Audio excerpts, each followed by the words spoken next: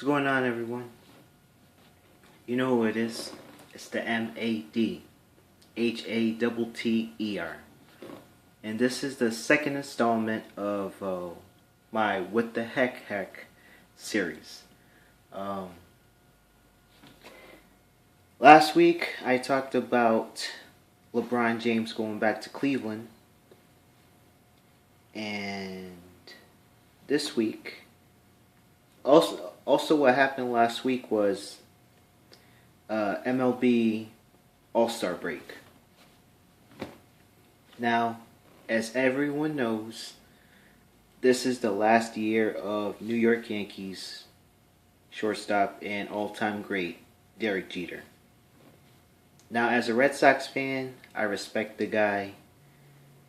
You know, haven't seen him play against my Red Sox. He's always played very well. He's a great player. Earned everything that he got. Been with a lot of hot women. So, you know, he's a class act, and he will definitely be missed at the end of the year. But one thing that was brought up to my attention and to everyone else's attention was just, you have to think, too much respect was given to this guy, to Jeter. Obviously, he deserves it. He's a well-respected guy, but at the same time, I wasn't happy with some things that went down at the All Star Game. Now you're probably asking yourself, what the heck? What weren't you happy about regarding the All Star Game? The biggest thing that was not brought up was the fact that, well, recently, Tony Gwynn, Hall of Famer, San Diego Padre great, passed away. And he was,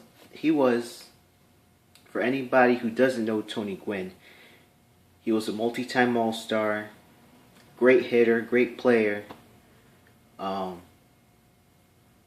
But playing in a place like San Diego, obviously you're not going to get the coverage and popularity that you would get in bigger markets like a New York, like a Boston, like Chicago. You know, places like San Diego, obviously you've had yourself great players, but at the same time you don't get the same exposure. But Tony Gwynn is a Hall of Famer. He was, you know, a classy guy, just like Jeter.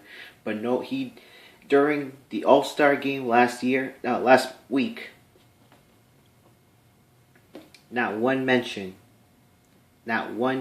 of Tony Gwynn during the All Star Game last week. It was all Derek Jeter. And, you know, like I said, Derek Jeter deserves all the credit in the world because he's retiring this year and he's a great player. But at the same time, there was not much mention of Tony Gwynn. Now, Tony Gwynn was mentioned on ESPN during the Home Run Derby. Chris Berman, who likes to go too far with the home run calls, the back, and all the other shit, he actually did a good job acknowledging Tony Gwynn and a lot of other great players who passed away this past year. And, you know, remembering them for their accolades and whatever. Fox and MLB on last Tuesday night did not do any of that. It was all Derek Jeter. Now, I can assure you, if Derek Jeter heard about this, he probably would have not been too happy about it. Because he would want to be, yeah, he understands the recognition, but I'm sure he would want some of that recognition to go to Tony Gwynn. Because Tony Gwynn, even though he never won a championship, even though most of the Padres teams were not that good, he busted his ass off every single year. He was a hitting machine. He averaged like 300 in his career and everything. He was a great player. But because he did not play in New York or any other big market, he was not that well known. But the guy's a Hall of Famer. And to not give Tony Gwynn any recognition during the All Star Game, and this guy was a multi-time All Star, is a slap in the face of Major League Baseball for all fans of any team. So there was a lot of controversy. There was a lot of negative backlash, and rightfully so. And if baseball wants to get,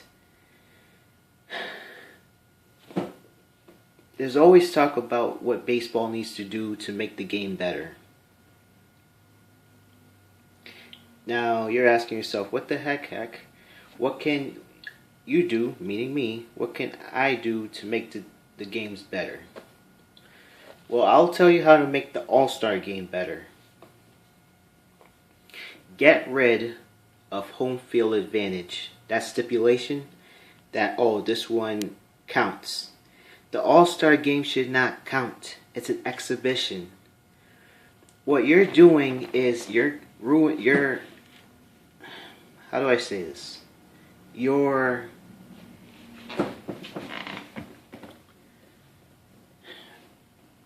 killing the... Sorry. Let me think about this.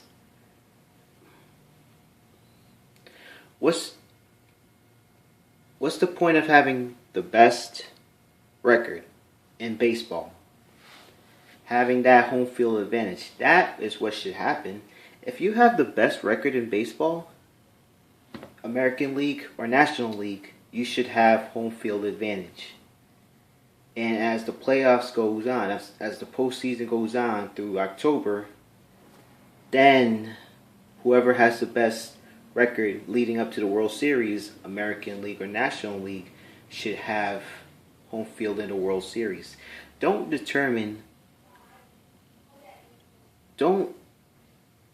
have an exhibition game determine what city and what league has home field in the World Series, because that's just stupid. I never liked that rule. I've always liked interleague play.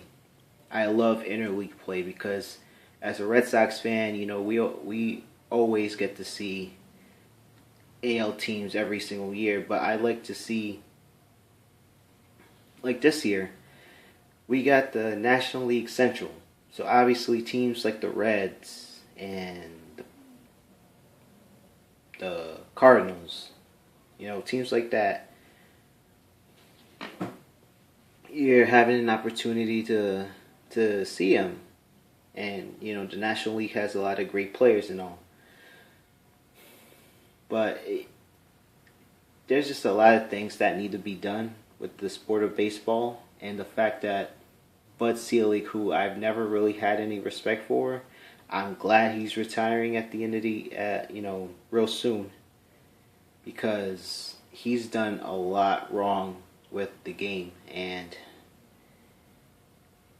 I like the game the way it is. At some parts, like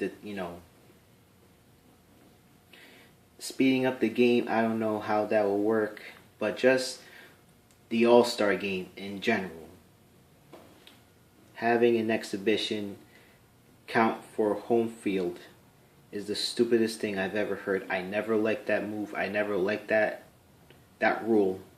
And I wish baseball would let it be an exhibition and determine at the end of September, whoever has the best record will have home field. Let it have it like that. Just like in the NBA, just like in the NFL, just like in the NHL. Their All-Star games or Pro Bowls do not do anything like MLB does. And I think MLB should follow suit because, that's just you're fucking things up big time, in my opinion. But shout out to you guys. If you haven't watched the first vid, please do so. Subscribe if you want, if you can. Tell your friends to subscribe. More vids to come. Till then, it's a mad, mad world. I'm just running it.